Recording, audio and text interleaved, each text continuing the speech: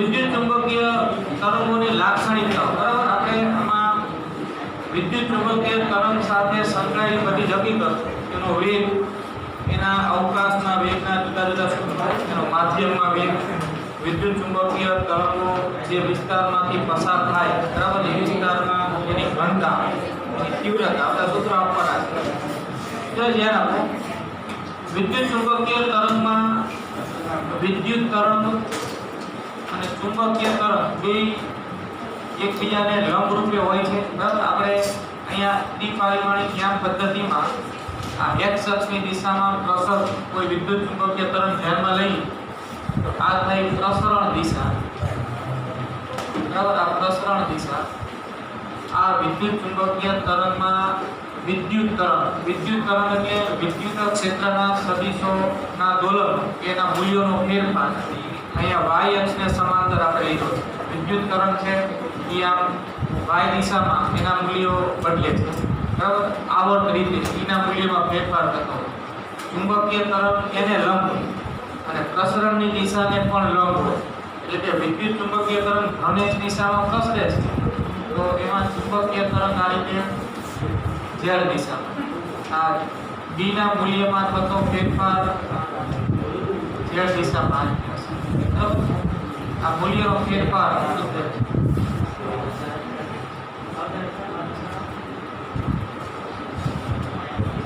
એટલે આ રીતે વાત છે કે પ્રસરણ દિશા વિદ્યુત ચુંબકીય તરંગમાં વિદ્યુત ક્ષેત્રના મૂલ્યમાં થતો ફેરફાર જેને E ના દોલનો કહેવાય E ના દોલનો અને B ના દોલનો કે B ના મૂલ્યમાં થતો ફેરફાર આ ત્રણેય પરસ્પર લંબ પ્રસરણ x દિશામાં E ના સદિશોના દોલનો y દિશામાં B ના સદિશોના દોલનો z દિશામાં E B અને પ્રસરણ દિશા ત્રણેય પરસ્પર લંબ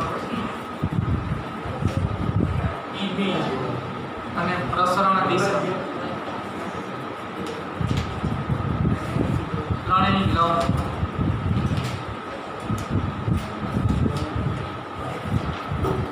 પરસ્પર લંબ બરાબર તો આ વાત ધ્યાન બરાબરની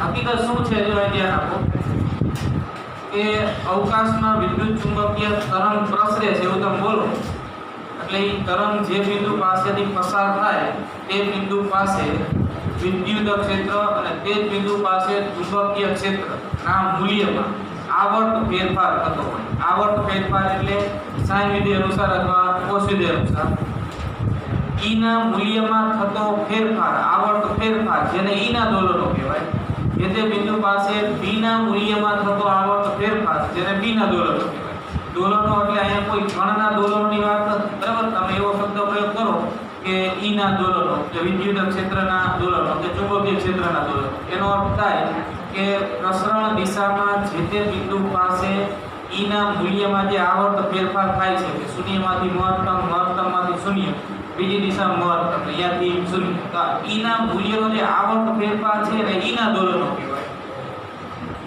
E નું જે મહત્તમ મૂલ્ય થાય બરાબર એને વિદ્યુત તરંગનો કંપ વિસ્તાર એવું પણ કહેવાય એ જ રીતે ચુંબકીય ક્ષેત્રના મૂલ્યમાં આવર્ત ફેરફાર જે થાય એને B ના દોલનો કહેવાય અને ચુંબકીય ક્ષેત્રનું જે મહત્તમ મૂલ્ય થાય એને ચુંબકીય ક્ષેત્રનો કંપ વિસ્તાર એવું પણ કહેવાય તો અહીંયા E ના અને મૂલ્યમાં જે તે બિંદુએ આવર્ત રીતે થતો ફેરફાર બરાબર પરસ્પર લંબ હોય અને પ્રસરણ દિશા એ બેયને પણ કેવી હોય લંબ જેમ કે આકૃતિમાં યામ પદ્ધતિમાં આપણે પ્રસરણ દિશા x લીધી છે E ના દોલનો y દિશામાં થાય છે B ના દોલનો z દિશામાં થાય છે એટલે આ બે તરફો પરસ્પર લંબ અને પ્રસરણ દિશાને પણ લંબ બરાબર હવે આપણે વિદ્યુત તરંગ સમીકરણ અને ચુંબકીય તરંગ સમીકરણ લખી શકીએ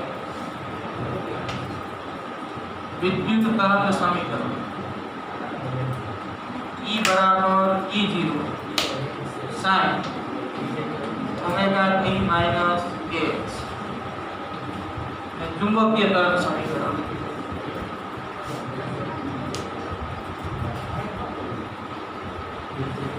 ચુંબકીય તરંગ સમીકરણ D બરાબર V0 sin omega t minus kx મૂલ્ય સ્વરૂપે આ રીતે લખાય આપણે યામ પદ્ધતિમાં જે દિશા લીધી છે એ પ્રમાણે આમ લખીએ સદિશ તો E ના દોલનો y દિશામાં થાય છે તો આપણે અહીં લખી શકીએ z અહીં આપણે સદિશ સ્વરૂપે લખીએ તો p ના દોલનો z દિશામાં થાય છે તો આપણે લખશું કે પ્રસરણ x દિશામાં, p ના દોલનો y દિશામાં, b ના દોલનો z દિશામાં. આ વિદ્યુત તરંગ સમીકરણ, આ ચુંબકીય તરંગ સમીકરણ. અને E0 છે એ વિદ્યુત ક્ષેત્રનું મહત્તમ મૂલ્ય કહેવાશે અથવા એનો કંપ વિસ્તાર કહેવાશે. B0 છે એ ચુંબકીય ક્ષેત્રનું મહત્તમ મૂલ્ય અથવા એનો કંપ વિસ્તાર છે.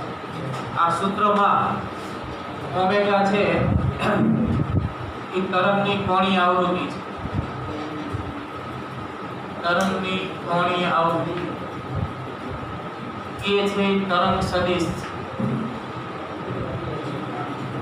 બરાબર. સૂત્રો જે તરંગનો ચેપ્ટર છે આપણે આગળ વિદ્યામાં ધોરણમાં બરાબર અહીંયા તરંગ સમીકરણ, તરંગ સદિશ, કોણીય આવૃત્તિ આ બધા સૂત્રો જે બનાવ્યા હતા એના અહીંયા લાગુ પાડવાના.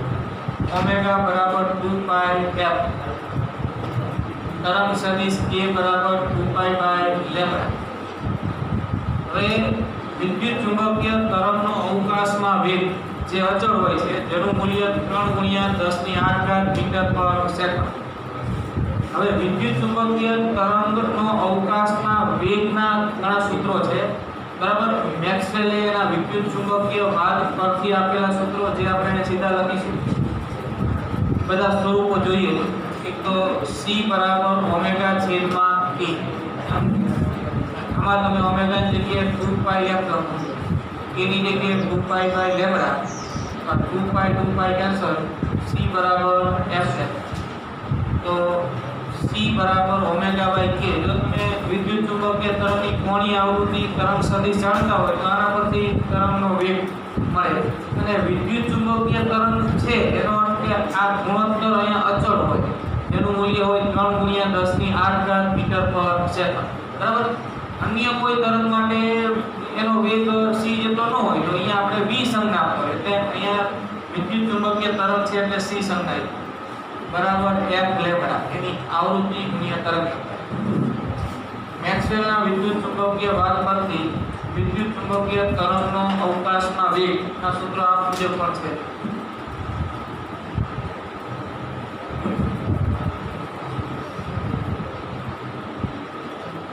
વાદ પરથી વિદ્યુત ચુંબકીય તરંગનો અવકાશમાં વેગ c બરાબર e છેદમાં b.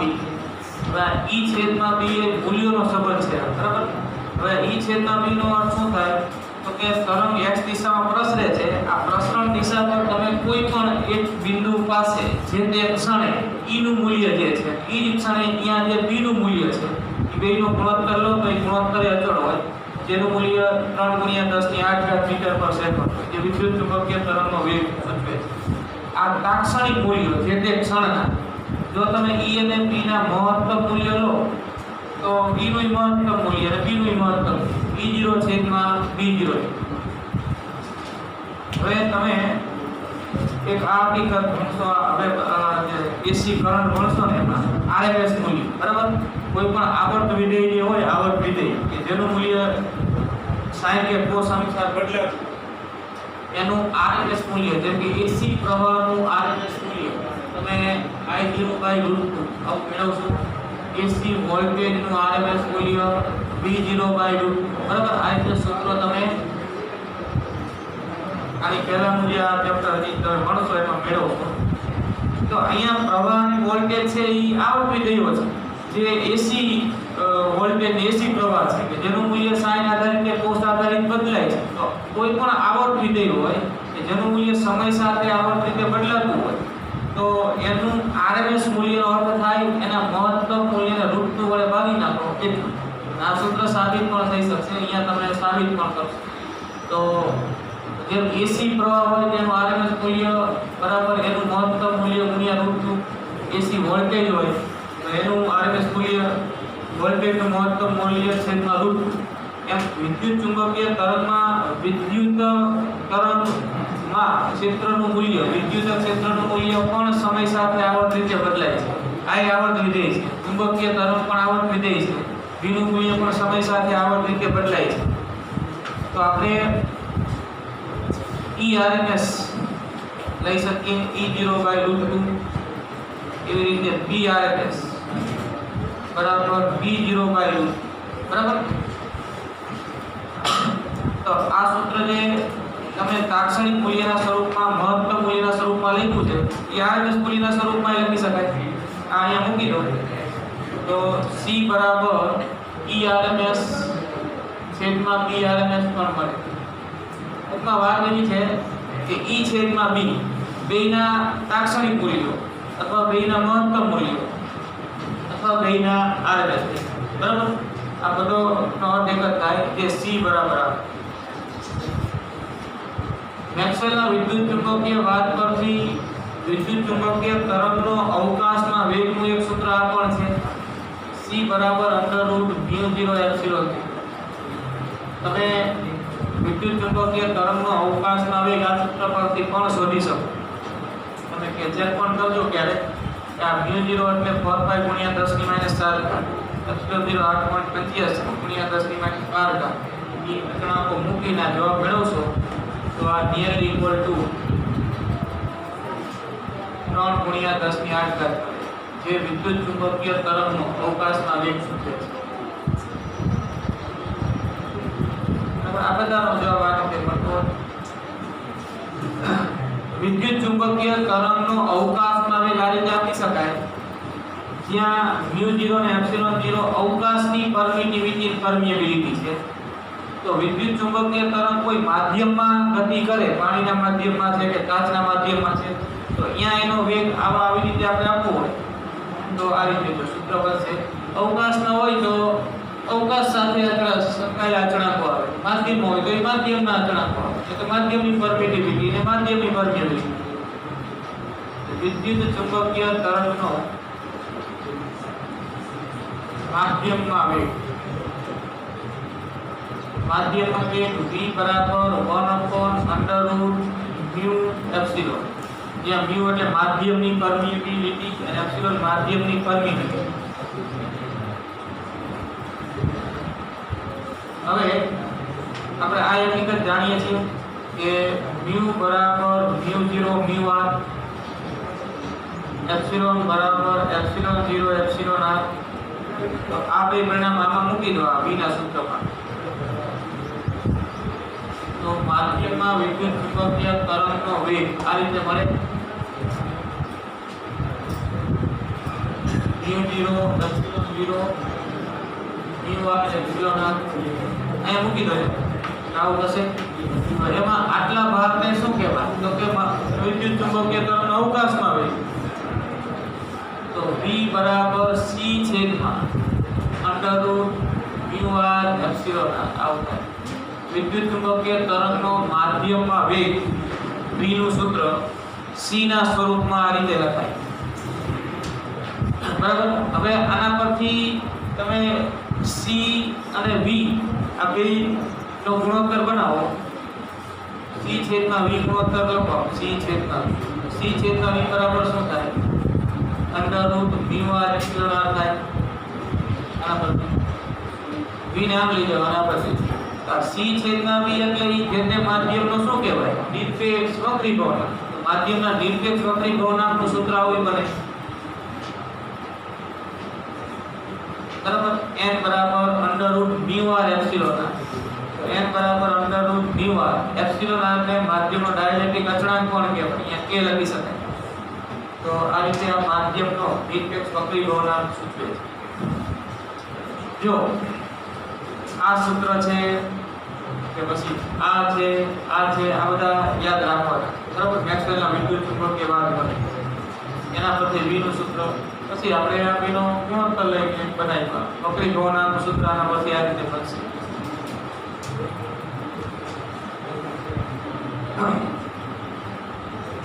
હવે વિદ્યુત ચુંબકીય તરંગ જે માધ્યમમાંથી પસાર થાય બરાબર, એ માધ્યમમાં એકમ પદ દીઠ મળતી વિદ્યુત ચુંબકીય ઊર્જા જેને કહેવાય વિદ્યુત ચુંબકીય ઊર્જા ઘનતા. એનું સૂત્ર છે, આપણે સૂત્ર લખી નાખીએ, એની સાબિતી આપણે આપીશું પછી અહીં આપણે લખીએ. વિદ્યુત ચુંબકીય ઊર્જા ઘનતા ρ બરાબર ε0 e² RMS બરાબર. એક સ્વરૂપ આવું છે એના બરાબર આપણે લખી શકીશું b² RMS છેદમાં μ0.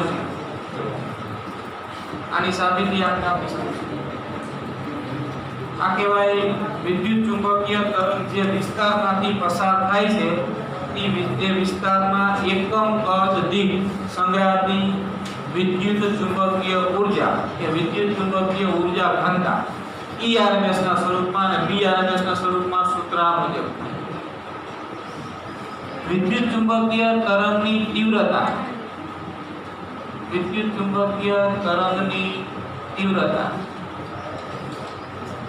તીવ્રતાનું સૂત્ર છે I બરાબર C એપ્સિલોન 0 E² RMS બરાબર C B² RMS છેદમાં μ0. તો આ સૂત્ર પણ આપણે તીવ્રતાની વ્યાખ્યા પરથી મેળવી શકીશું. બરાબર, અહીંયા ડાયરેક્ટ લખી રાખ્યું. અને બીજું સૂત્ર છે આટલું લખી રાખો.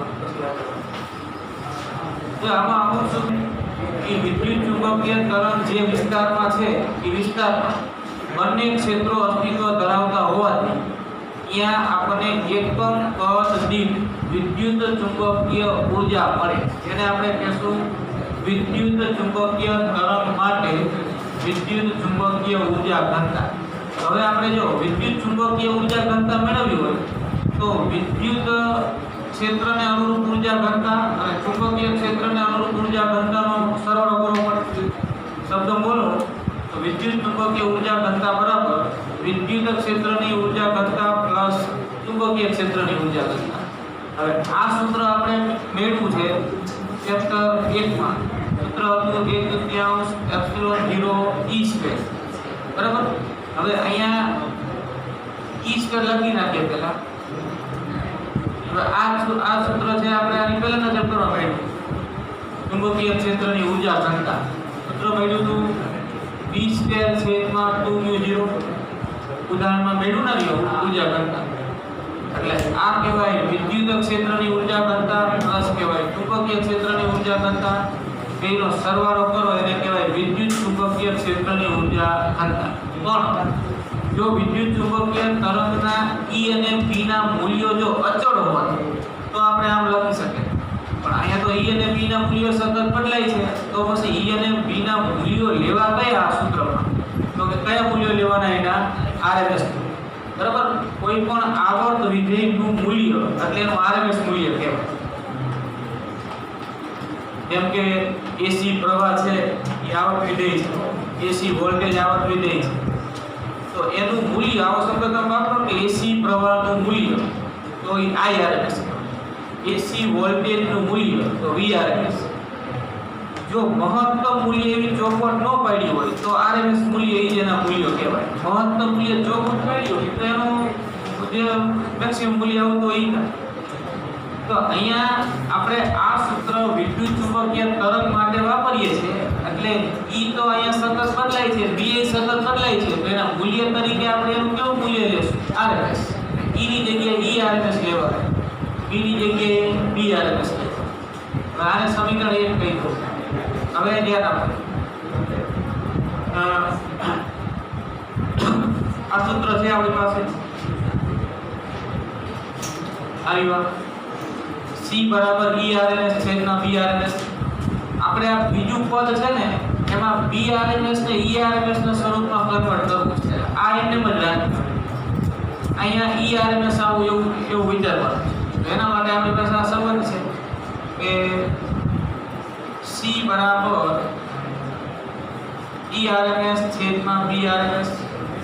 તો આના પરથી આપણે આવું લખી શકીએ કે BRMS બરાબર ERMS છેદમાં C. બરાબર, હવે અહીંયા આપણે BRMS ની જગ્યાએ આવું લખી શકીએ ને ERMS છેદમાં C. વર્ગ છે તો વર્ગ કરી દો. B² RMS બરાબર E² RMS છેદમાં C². જ્યાં C બરાબર 1/√μ0 એપ્સિલોન 0, તો પછી C² બરાબર 1/μ0 એપ્સિલોન 0. C સ્ક્વેર ના સ્થાને આ મૂકો, અહીંયા મૂકો અને આ મૂકો છે અહીંયા, બરાબર? એટલે હવે આ સમીકરણ એક કેવું થાય વિચાર.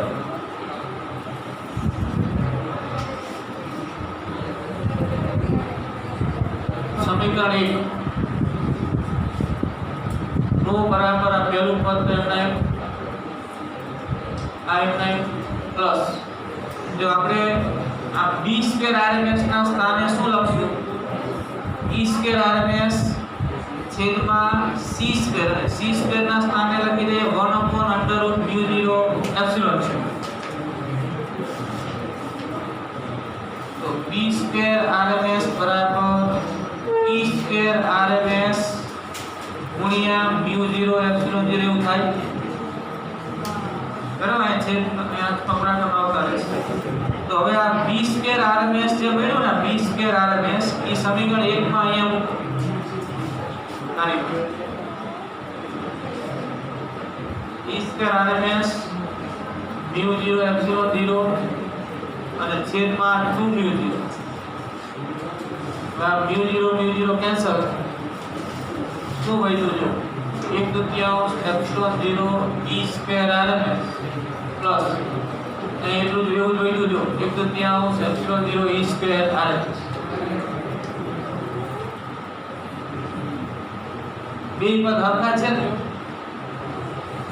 આ બે પદ કેવા થયા? સરખા. આના બરાબર આપણને આવું જ મળ્યું છે. એટલે કે ρ બરાબર એપ્સિલોન 0 e સ્ક્વેર rms. તો આને કહેવાય, બરાબર, આપેલ વિસ્તારમાં કે જ્યાં વિદ્યુત ચુંબકીય તરંગ પસાર થાય છે ત્યાં વિદ્યુત ચુંબકીય ઊર્જા ઘનતા ERMS ના સ્વરૂપમાં. જો તમારે આ સૂત્ર મેળવવું હોય, જો આ મળી ગયો આપણે, આ મેળવવું હોય તો હવે તમે શું કરશો? તો કે આ બીજું પદ એમને રાખશો, આ પહેલા પદના ERMS ને DRMS ના સ્વરૂપમાં લખશો. એટલે આવું પડે, બરાબર?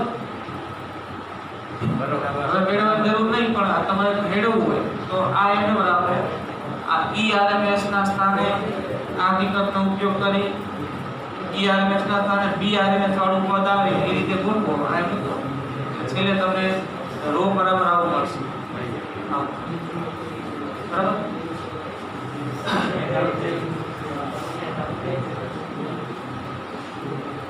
હવે તીવ્રતાની વાત કરી. જો આ સૂત્ર કેવી છે? તીવ્રતા માટે મૂળ વ્યાખ્યા યાદ કરો. વિદ્યુત ચુંબકીય તરંગની તીવ્રતા નું સૂત્ર મેળવો.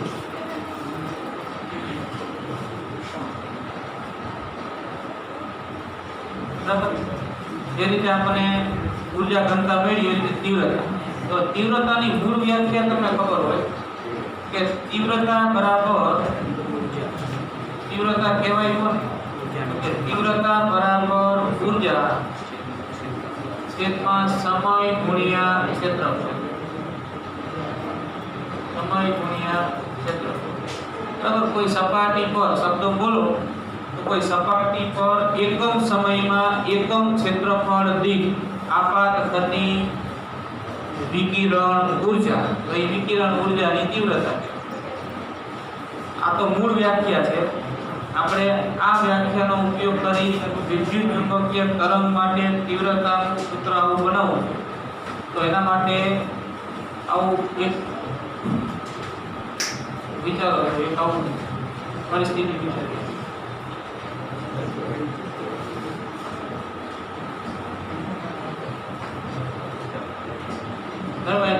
આ એક કાલ્પનિક લંબન વિચાર્યો છે.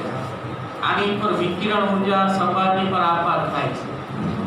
જે સપાટી પર કે જે આ ક્ષેત્ર વિકિરણ આપાત થાય છે એનું ક્ષેત્રફળ આપણે એકમ લઈ લઈએ. A બરાબર 1 એકમ, બરાબર? A બરાબર 1 એકમ. ક્ષેત્રફળ એકમ છે અને આપણે આ એકમ ક્ષેત્રફળ વાળી સપાટી પર જે વિકિરણ આપાત કર્યું એ 1 સેકન્ડ સુધી આપાત કર્યું, એક એકમ સમય સુધી આપાત કર્યું. તો એકમ સમયમાં આ એકમ ક્ષેત્રફળ પર આપાત થતી થતી વિકિરણ ઊર્જા જેને વ્યાખ્યા પ્રમાણે શું કહેશું? તીવ્રતા. તો હવે જો ધ્યાન આપો, વિકિરણ છે જેનો વેગ c છે, વેગ c છે, બરાબર? તો અહીંયા આ એકમ આડછેદ ધરાવતા ક્ષેત્રફળ પર એકમ સમયમાં જે વિકિરણ આપવાત થયું છે, તો એ એકમ સમયમાં અહીંથી આ બાજુ કેટલું અંતર કાપશે? વિકિરણનો વેગ c છે, વેગ એટલે એકમ સમયમાં કાપેલું અંતર. તો આ અંતર કેટલું કાપશે? c જેટલું. બરાબર, ધ્યાન આપો. આ તો એક કાલ્પનિક સમઘન છે, બરાબર? એવું કઈ છે નહીં આ સમઘન જેવું, એક કલ્પના કરો. હવે તમે એક આ સપાટી વિચારી જેનું ક્ષેત્રફળ એકમ છે અને એની પર તમે 1 સેકન્ડ સુધી વિકિરણ આપાત કર્યું, 1 સેકન્ડ સુધી. તો 1 સેકન્ડ સુધી જે વિકિરણ આપાત કર્યું એ આ સપાટીથી આ બાજુ કેટલું આગળ વધ્યું હોય? 1 સેકન્ડમાં એને કેટલું અંતર કાપ્યું હોય? વેગ જેટલું. જે વેગને આપણે શું કહીએ છીએ? c 3 × 10⁸ મીટર પર સેકન્ડ. સમજો વાતને?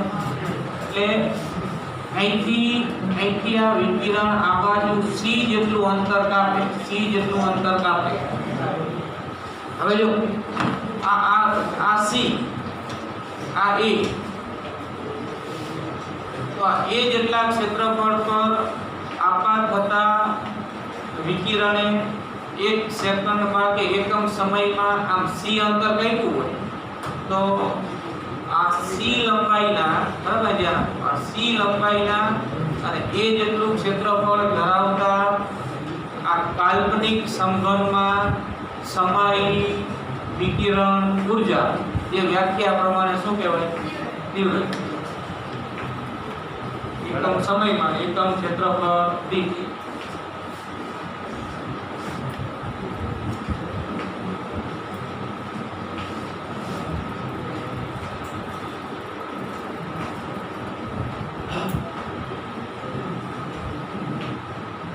જો હવે આનું પદને આપણે v કહીએ, v આઈડિયા. આના પદને v કહીએ તો v બરાબર આડછેદનું ક્ષેત્રફળ a ગુણ્યા c થાય. આ કાલ્પનિક સમઘનનું પદ a બરાબર તો 1, તો પછી કદ બરાબર શું થયું? c.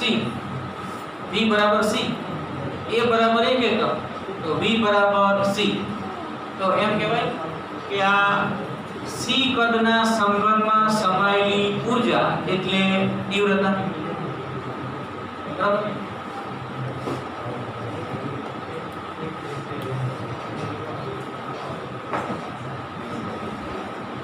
તો હવે જો આપણે સૂત્ર આ રીતે બનાવી શકીએ. આ પદ હવે એક હકીકત આ પણ છે કે ઊર્જા ઘનતા, બરાબર છે, ઊર્જા ઘનતા બરાબર ઊર્જા છેદમાં કદ. કદ કેટલું? c જેટલું. તો ρ બરાબર u છેદમાં c, બરાબર? તો u બરાબર ρc. અહીંયા u ઈ શું? તો કે I. અહીંયા u કુલ ઊર્જા ઈ તીવ્રતા કહેવાય ને, તો I બરાબર ρc. તો I બરાબર c. ρ એટલે હમણાં આપણે સૂત્ર બનાવ્યું એપ્સિલોન 0 e સ્ક્વેર r. આ તીવ્રતા. બરાબર સમજ્યા વાત? એટલે જો કે ધારણી તમારે કરવાનું નથી, સૂત્રનો ઉપયોગ ડાયરેક્ટ કરવાનો. આ રીતની વાત છે.